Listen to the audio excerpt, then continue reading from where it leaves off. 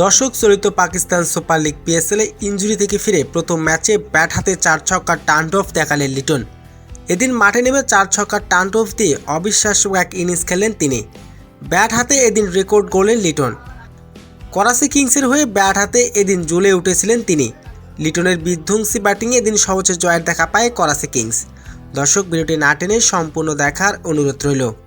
করাচি কিংসের হয়ে এবার দল পেয়েছে বাংলাদেশের ওপেনার লিটন কুমার দাস। তবে পিএসএল এর যাত্রাটা শুরু থেকেই ছিল তার দুর্দান্ত। তবে পিএসএল এর শুরু হওয়ার আগে প্রস্তুতি ম্যাচে আঙ্গুলে ফ্র্যাকচারের কারণে দল থেকে বাদ পড়তে হয়েছে এই অভিজ্ঞ ব্যাটারকে। তবে এবার সবকিছুর অবসান ঘটিয়ে আবারও করাচি কিংসের হয়ে পিএসএল এ যোগ দিয়েছেন লিটন।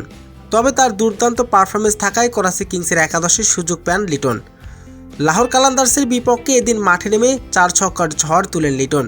লিটনের 4 ছক্কার তাণ্ডবে এদিন বড় পুঁজি পায় করাচি কিংস।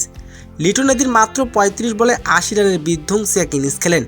ব্যাট হাতে এদিন প্রথম ম্যাচের সুযোগ পেয়ে বাজিমাত করলেন লিটন। তো দর্শক, লিটনের এমন 4 ছক্কার তাণ্ডব ইনিংস আপনার কেমন লেগেছে?